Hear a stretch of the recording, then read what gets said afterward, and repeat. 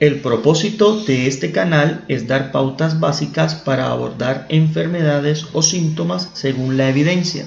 No se recomienda ningún tratamiento sin supervisión médica.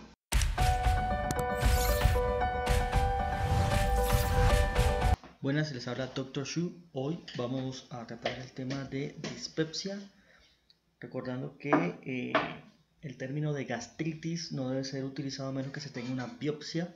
Es un diagnóstico de biopsia, de estudio de tejido. En una endoscopia solo nos pueden hablar de una gastropatía o una duodenopatía. Cuando llega el paciente a consulta, aunque tenga los mismos signos y síntomas, podemos hablar de dispepsia, que son todos aquellos síntomas del tracto gastrointestinal superior. Solo el 75% de los pacientes tienen una dispepsia en la cual no hay evidencia en la endoscopia, y un 25% sí tienen alguna evidencia en la endoscopia. Esto es muy importante porque esto nos hace abordar esto de una manera muy simple. Dentro del 25% los pacientes pueden verse con úlceras pépticas, que es una de las principales causas. Pueden tener neoplasias, pueden tener un dolor de origen biliar o incluso hasta hepático. También puede tener pancreatitis, etc. Y medicamentos como por ejemplo los IECAS utilizados para cardiopatías o nefropatías, proteinurias, pacientes hipertensos, las meltixantinas, el hierro, sobre todo en embarazadas, pacientes con anemia ferropriva, etc. La vitamina D y el elentronato, muy comunes en el tratamiento de los pacientes con insuficiencia renal crónica, los pacientes con osteoporosis, el orlistat utilizados para pacientes con obesidad. Recuerden que en el canal tenemos un video hablando de la obesidad, tratamientos farmacológicos, no farmacológicos, causas secundarias, etc. También suplementos de potasio, los pacientes con hipocalemia leve o en tratamiento ambulatorio para la misma. Sildenafil utilizados para hipertensión pulmonar en ciertos subtipos y para disfunción eréctil. También en esos pacientes que utilizan dabigatran, sulfoniluria, ciertos antibióticos y también los AINES, que para mí son como la principal causa. En este apartado de AINES cabe aclarar que los pacientes que utilizan ácido acetil salicílico a dosis de 100 miligramos día por infartado puede generar una alteración crónica a nivel de la secreción de jugo gástrico y de la mucosa gástrica, que puede generar con el tiempo estos síntomas. Los signos y síntomas que encontraremos en los pacientes con dispepsia son distensión abdominal, sensación del abdomen siempre inflamado, saciedad precoz, que con cualquier cosa que coma se llenan, reflujo gástrico, meteorismo, pueden tener eructos postprandiales, pueden tener plenitud gástrica, sensación del abdomen siempre inflamado, sobre todo que cuando comen algún alimento, náuseas, vómitos, intolerancias a ciertos alimentos, sobre todo los grasosos, ultraprocesados y demás. Entonces los pacientes con dispepsia sin endoscopia los podemos analizar desde los signos y síntomas de bandera roja antes de enviar cualquier examen. Eso lo hacemos en la consulta: una pérdida de peso inexplicable, más de 6 kilogramos en 6 meses, sin hacer dieta ni tomar ningún medicamento ni nada, una disfagia progresiva, una odinofagia no explicable al examen físico, una anemia ferropriva tampoco inexplicable, es decir, un paciente que consideramos que tiene una buena dieta, un paciente que no tiene pérdidas hemorrágicas ni por heces, vómitos persistentes, una masa palpable a nivel abdominal, si tiene linfadenopatía, sobre todo el ganglio de Virchow o de la hermana María José, si tiene antecedentes familiares de cáncer gástrico, es muy importante, y teniendo alguna hemorragia gastrointestinal que se haya evidenciado, ya sea por melena o por hematemesis, etc. Otra cosa importante es que si el paciente es mayor de 65 años y tiene síntomas nuevos, hay que enviarlo a endoscopia inmediatamente. Otra cosa es que venga desde larga data con síntomas persistentes. Habría que analizar nuevamente, como explico, el uso de alguno de estos tipos de medicamentos y demás. Si tiene alguno de estos signos de bandera roja, o tiene un hemograma con una anemia ferropriva inexplicable, o tiene un guayaco positivo, o tiene una pérdida de peso, etc., se le envía una endoscopia gástrica. Si no, entonces se trata como un paciente con una endoscopia gástrica normal.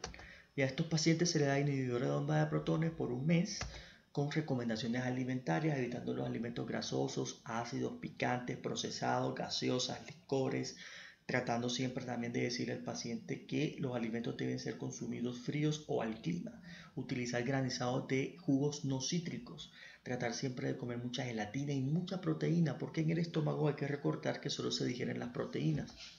Si hay mejoría de esto, se deja exactamente igual de 3 a 6 meses y posteriormente se revalora para analizar la pertinencia de no consumo de medicamentos.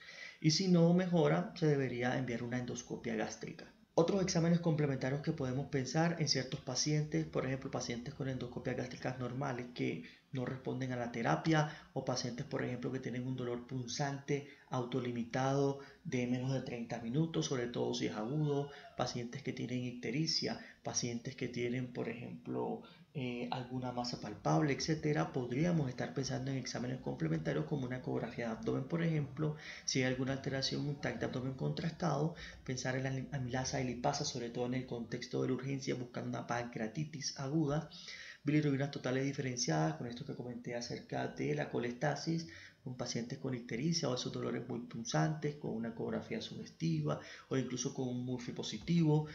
Podríamos pedir transaminasas pensando también en una hepatitis, que será algo muy interesante, sobre todo si no tiene signos de bandera roja y tiene de pronto un dolor muy específico a nivel de hipocondrio, se podrá tratar como una dispepsia, pero se podrían pedir exámenes complementarios. Una vez realizada la endoscopia gástrica, hay tres opciones. Uno, que el paciente tenga una infección por un Helicobacter pylori, se le da un tratamiento específico para el Helicobacter. Ya pronto haré un video hablando del tratamiento específico para esto mismo. Si encontramos la biopsia, no tenemos una infección por Helicobacter, pero encontramos algún tipo de gastritis erosiva o atrófica, etcétera, duodenitis, esofagitis, etcétera, ya podemos hablar de un tratamiento específico para dicha causa. Y si por el contrario no encontramos nada, damos inhibidores de bomba de protones nuevamente por un mes. Podemos cambiar de inhibidor. Hay personas que de pronto con el esomeprazol no mejoran, pero de pronto sí con pantoprazol. Podríamos también de pronto pensar en adicionar un protector gástrico tipo sucralfato, etcétera. Recordando que estos medicamentos deben ser consumidos 1 hora antes del desayuno, 1 hora antes de la cena, si lo pensamos dar 2 veces al día, sobre todo el sucralfato, que es cada 12 horas, y si pensamos en inhibidor de bomba de protones, realmente no hay una evidencia que te diga que el uso de 2 veces al día difiere en algo con el uso de cada 24 horas. Sin embargo, hay pacientes que sí comentan mejoría, sobre todo los que sufren mucho de reflujo con el uso de cada 12 horas. Si hay mejoría, se deja por 3 a 6 meses una nueva revaloración para pertinencia de retiro del mismo, y si hay mejoría se pueden suspender o inclusive se pueden dejar los inhibidores de bomba de protones o el protector gástrico, lo que estés usando, pero tú puedes iniciar tricíclicos porque ya lo tratarías como un dolor crónico idiopático y necesitarías algún tipo de neuromodulador. Si hay mejoría, nuevamente el mismo algoritmo que antes. Si no hay mejoría, puedes iniciar adicionalmente procinéticos o incluso te recomendaría levosulfirida con simeticona más pancreatina, que mejora la digestión de los alimentos y los síntomas. Si hay mejoría, el mismo algoritmo, y si no hay mejoría, sería interesante remitir porque muy probablemente estos pacientes necesiten nuevamente una realización de una endoscopia. Las endoscopias se pueden volver a realizar si hay después de 3 años de pronto de pacientes con no mejoría de síntomas y una endoscopia previa normal. Si después de un tratamiento con el Helicobacter pylori persisten los síntomas, se podría pensar después de 1 año inclusive, se podría pensar también si en esos pacientes que tienen, por ejemplo, un esófago de Barrett, para vigilancia, se podría pensar también en esos pacientes, por ejemplo, que tienen síndrome de Lynch o poliposis de lo que es a nivel del colon, para tratar de vigilarlo ante una posible neoplasia gastrointestinal. Pacientes con varices esofágicas también se podría pensar en una nueva endoscopia. En los pacientes que tienen ingestiones cáusicas, por eso es muy importante saber el contexto, se podría pensar porque pueden tener cáncer de células escamosas a nivel de la parte esofágica y gástrica. Y también se podría pensar en estos pacientes en terapias con otros neuromoduladores, aparte de los tricíclicos, como pregabalina o gabapentina. Incluso también la duloxetina tiene evidencia de mejoría con estos pacientes.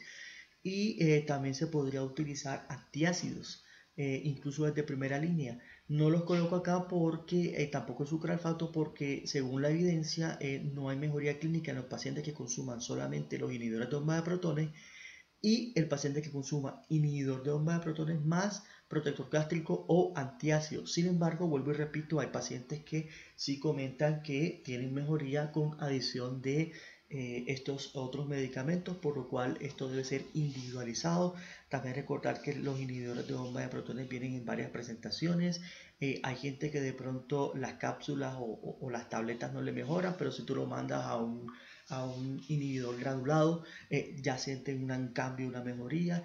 Por eso digo que el tratamiento debe ser individualizado para cada paciente.